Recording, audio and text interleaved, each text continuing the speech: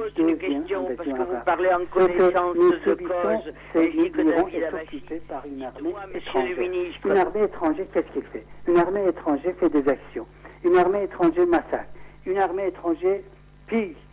Voilà ce qu'ils ont fait. Vous savez, cette liste qui est sortie aujourd'hui, rien que la famille de Khamenei, rien que la clique des religieux, ils ont exporté 10 milliards de dollars qui sont pour le moment bloqués dans les différentes banques européennes avec leur numéro de compte, la somme et tout. Rien que le fils de Khamenei, 1,6 milliard de dollars, madame. Oui, non, justement, une armée étrangère, quand occupe un pays, qu'est-ce qu'il fait? Ça a été une catastrophe pour le peuple iranien. Et la femme iranienne, maintenant, pour pouvoir vivre, parfois est obligée de vendre son corps. Voilà la réalité. Non, mais c'est tragique, c'est la pire des choses, c'est vraiment effroyable. Mais, monsieur le ministre, je répète ma question, ça a été quand même atroce pour les femmes iraniennes, le retour en Iran de Khomeini. Absolument, madame, absolument. On est d'accord, hein?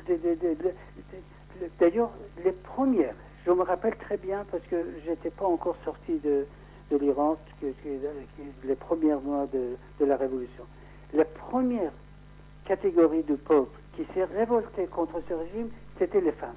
Parce que absolument, les femmes sont courageuses. Hein. Ces jours-ci, c'est admirable vraiment ce courage.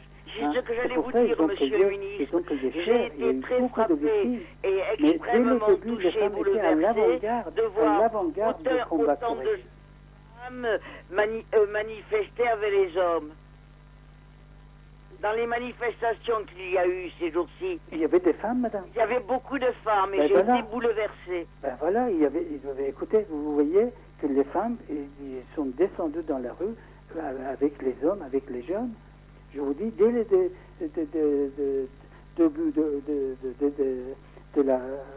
régime de la République islamique, les femmes, ils étaient à l'avant-garde de combattre ce régime. Et surtout, en premier lieu, par la tenue islamique. Hein. Oui, vous avez raison. Avec la force, avec contrainte, ils ont imposé la tenue islamique, le voile, parfois le hijab, et enfin ce que vous voyez. Oui, je suis au courant. Et puis, autre chose, madame, ce que je constate ici, que je sens le danger, hein, dans ce pays, en France, une république laïque, un pays vraiment comme la France. Hein, et on a peu de pays comme la France. Regardez ce qu'ils sont en train de faire avec les burqas. Avec les regardez, monsieur. Regardez vous savez, c'est pas pour madame la vertu, c'est pas pour la moralité. Non, mais bien sûr que non. C'est pas pour la moralité. Ça reflète le fanatisme religieux. Vous savez, c'est le départ pour combattre le régime du Shah, ils ont commencé par le voile islamique. Non, monsieur le ministre, je suis entièrement d'accord, mais vous faites bien d'évoquer ce sujet c'est une provocation, concernant la France, parce que moi je suis très choquée. En tant qu'enseignante laïque, je m'étais battue contre le port du voile à l'école, et là de voir qu'il y a des femmes qui osent porter maintenant le voile intégral, mais je me dis c'est une provocation pour une démocratie laïque. Madame, c'est une pure provocation. D'accord, monsieur le ministre. Ce n'est vraiment pas par la probité, ce n'est pas pour la morale, ce n'est pas pour la propreté morale, pour la défense. C'est pour créer des problèmes. Regardez ici, je vous dis, un pays comme la France. Oui. La France, quand même, c'est vraiment cette démocratie laïque. Regardez le problème que tous les ans, et à l'heure actuelle, dans les écoles, ils ont provoqué. C'est la question de cette tenue islamique. C'est pour se démarquer. Et vous qui êtes médecin, vous êtes au courant des problèmes qui se sont posés dans les hôpitaux, notamment dans les maternités. Vous avez quand même 5 millions de musulmans. Oui, je sais. Et vous êtes au courant, monsieur le ministre, que certaines femmes arabes, je simplifie avec ce mot-là, donc fanatiques religieuses, ont demandé des burqas médicalisés pour les maternités françaises. Et puis, madame, en tant que médecin, J'ai vu de mes propres yeux, parce que ici, je pratiquais ma profession pour ma vie, vous comprenez? Bien sûr, j'ai vu vraiment que dans un service des urgences en réanimation, j'ai vu une fois, il y avait un mari avec je ne sais pas qui, et il ne voulait vraiment pas qu'on examine, qu'on voit la femme, et écoutez, c'est comme ça, c'est finalement comme ça. Et c'est pour ça que je pense qu'il faut être très vigilant en France et qu'il ne faut pas accepter vous avez vu comment ils ont agi avec un accoucheur. Docteur Razmara, nous avons Christian, nous avons également Moustapha avec nous. Moustapha, bonsoir. Bonsoir. Comment vas-tu, Moustapha? Nous sommes avec Monsieur le ministre, Docteur Razmara, l'ancien ministre de la Santé, Docteur Chapour Bakhtiar. Moustapha, on vous écoute. Christine est avec nous aussi. Oui. Je vous écoute, oui, bonsoir. Vous m'entendez? Oui, je vous entends. Bonsoir, monsieur. Bonsoir. Alors, je vais commencer par une petite chose avant. Il faudrait essayer de régler les problèmes techniques, parce que quand vous parlez en même temps... Je vous entends relativement bien. Oui, mais quand vous parlez tous les deux en même temps, c'est la cacophonie, on ne comprend rien. Oui, on loupe la moitié des propos. Je vais essayer de... Voilà. Non, mais c'est un problème technique, c'est pas vous qui je m'adresse en particulier, c'est la radio, en fait, qui devrait faire quelque chose, parce que, bon, manifestement, c'est assez récurrent. On vous écoute, Moustapha. Merci pour... Oui. Alors, je voulais savoir, en fait, vous avez été ministre quand, en fait? J'étais ministre quelques mois avant la Révolution, dans le gouvernement Chapour Bakhtiar. D'accord. Oui. Mais, moi, une question que je me pose, cette révolution qui est arrivée, au départ, elle n'était pas spécialement islamiste. C'était pas une révolution religieuse. Qui? Il y a eu aussi, non mais je veux dire, il y a eu plusieurs mouvements qui se sont alliés pour renverser le pouvoir en place. Oui, mais c'était dominé surtout par les islamistes. Bien sûr, non, mais je suis d'accord. Il y avait le Parti communiste today, bien sûr.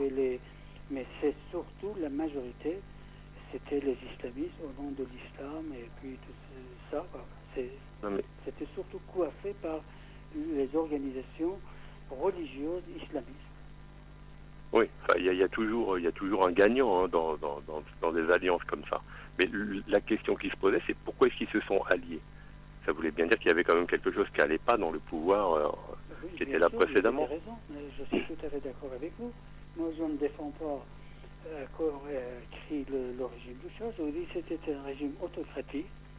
Le peuple, à l'époque aussi, d'ailleurs, notre gouvernement, quand nous sommes venus au pouvoir, c'était vraiment pour créer un régime démocratique, un régime vraiment qui respectait la constitution, l'ancienne constitution irakienne, qui était calquée totalement sur la constitution belge, c'est-à-dire une monarchie absolument constitutionnelle. Le Shah, c'était un symbole d'une formalité, mais malheureusement, ce qui a coûté très cher au pays et au Shah lui-même, c'était qu'il était devenu un autocrate, évidemment.